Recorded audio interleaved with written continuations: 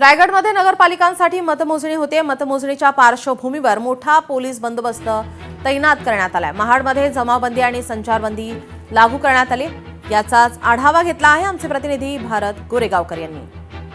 कोणत्याही ठिकाणी कसलाही अनुचित प्रकार घडू नये यासाठी जिल्ह्यातील पोलीस प्रशासन सज्ज झालंय। आपण दृश्यांमधनं पाहू शकतो, ही सध्या आपण जी दृश्य पाहताय ही महाड मधली आहेत। अर्थातच हाय व्होल्टेज निवडणूक अशा पद्धतीने महाडच्या निवडणुकीकडे पाहिलं गेलं होतं आणि महाडला अगदी काही वेळातच मतमोजणीच्या प्रक्रियेला सुरुवात होणार आहे।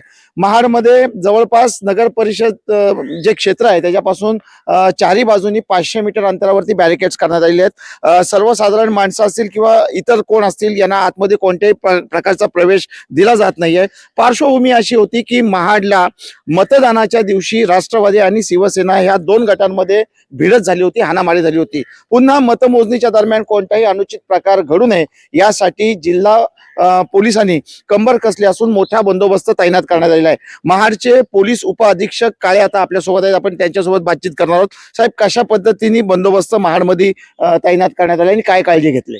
महाडमध्ये SRPF ची एक कंपनी बोलवण्यात आलेली आहे। त्या व्यतिरिक्त महाड डिव्हिजन मधनं 85 लोक आणि रायगड पोलीस दलाचे इतर 35 ते 40 लोक, लोकल क्राईम ब्रँचचे 2 टीम्स या पद्धतीनं आज कार्यरत आहेत।